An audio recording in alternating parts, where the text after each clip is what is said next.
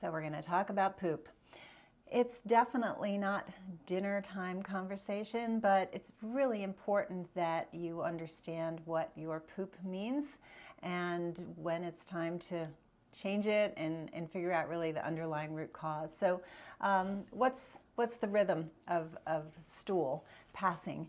It should be once or twice a day, but it's not just about the frequency, it's really about the constituency. What does it look like? So medium brown, I call it a brown banana, some people call it a brown sausage, but it's in one piece, and it's you know, a foot would be great, 6 to 8 inches is good, but it's all in one piece. It's not mush, but it's soft, it's uniform. You've maybe seen poop. See, now you're all going to start looking at your poop, which is good. But you might have seen it where there's sort of cracks and crevices, and it's holding together, but it's sort of fractured. Or we've all done the little pebbles where you're just sort of, or rabbit turds, as my patients often call it. None of that is normal. We want that nice, effortless brown banana. And also, it's the feeling you get when you're done. And that's where the title of this video is very important, is when is diarrhea actually a form of constipation?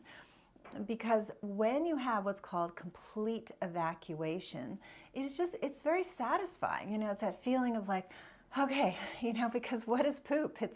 It's toxins. It's what your body doesn't need.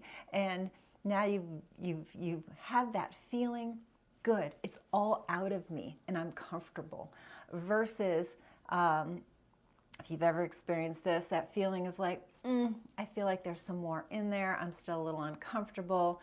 Maybe you try to get a little bit more out, it's not coming out. And anyway, so it's not satisfactory. And with that incomplete evacuation is what can lead to this kind of overflow diarrhea that is called. Because let's imagine you're excreting, you know, 70 to 80% of your stool, but you know, there's some percentage remaining. Well, that builds up over time, and basically it's called an impacted bowel, because each time you're really not getting rid of all of it.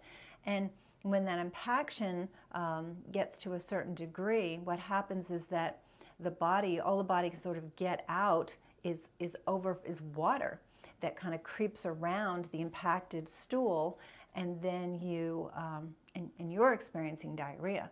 So then, if you go to your doctor and all you say is, I don't know, doc, I've always been a little on the constipated side, and of course, very important to define, you know, what constipation is, because I have patients regularly tell me, oh, I'm not constipated, and then I say, well, how often do you move your bowels? Like, oh, you know, 2-3 times a week. It's like, yeah, that's called constipation. But they don't know, it's normal for them. But getting back to the doctor, you go to the doctor and you say, wow, all of a sudden I'm having these loose stools, and they prescribe Imodium, you know, so what does that do? That slows everything down, which is the last thing you need. That's quite dangerous. So let's look at some of the symptoms of constipation, incomplete evacuation. Gas and bloating is very, very common. It's almost always present with constipation. You can have abdominal discomfort. It can be upper, it can be middle, it can be lower, it can radiate around to your back, any of these things. You're tired, which only makes sense. You've got all this impacted stool building up in your body, and that's a toxin, so of course you're going to be tired. Sometimes people really lose their appetite, and they tell me, they're like, I feel so stuffed already that I have no appetite because my body just doesn't want to accept any more fuel, right? No more food, which is dangerous because we need to fuel our body. But again, it's just that overflow kind of toxicity feeling that builds up. What else did I want to talk about? Yeah, loss of appetite, straining, you know, you just feel miserable. The bottom line is you feel miserable.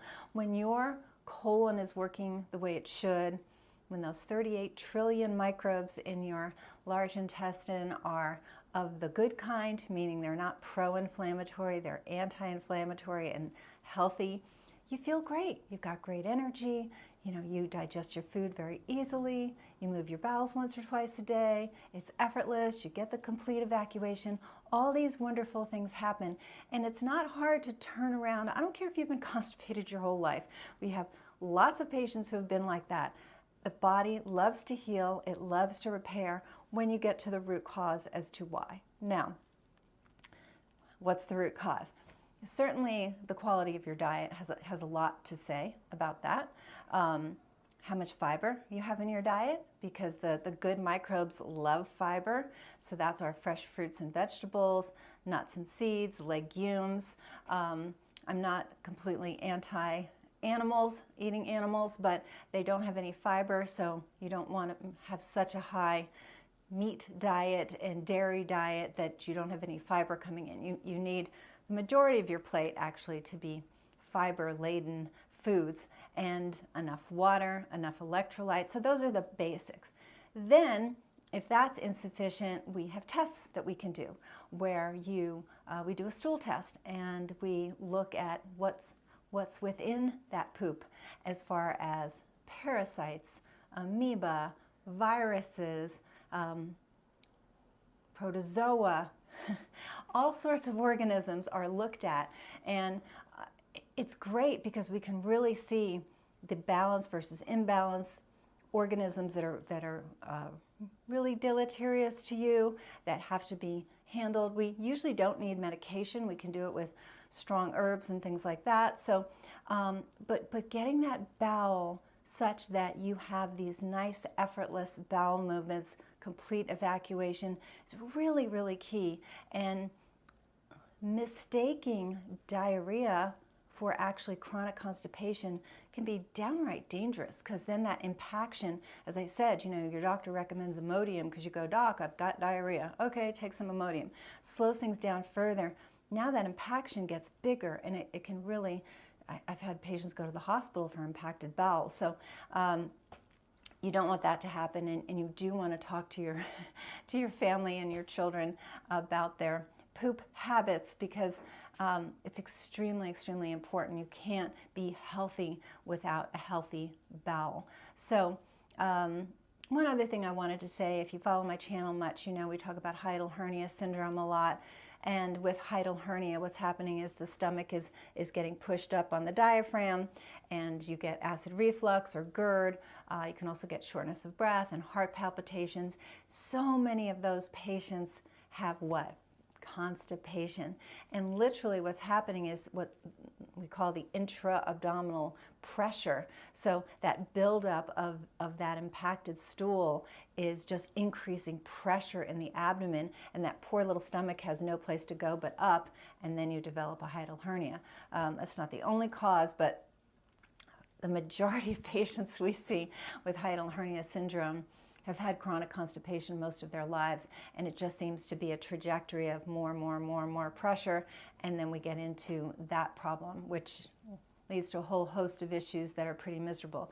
So if you're having trouble getting your bowels under control, please reach out. That's why we're here. We do it naturally, no drugs or surgery, but it's important, and share this with others that have this problem. They don't need to continue suffering. Again, we've had patients who've been constipated their entire lives for decades and decades and still get help when the right thing is done.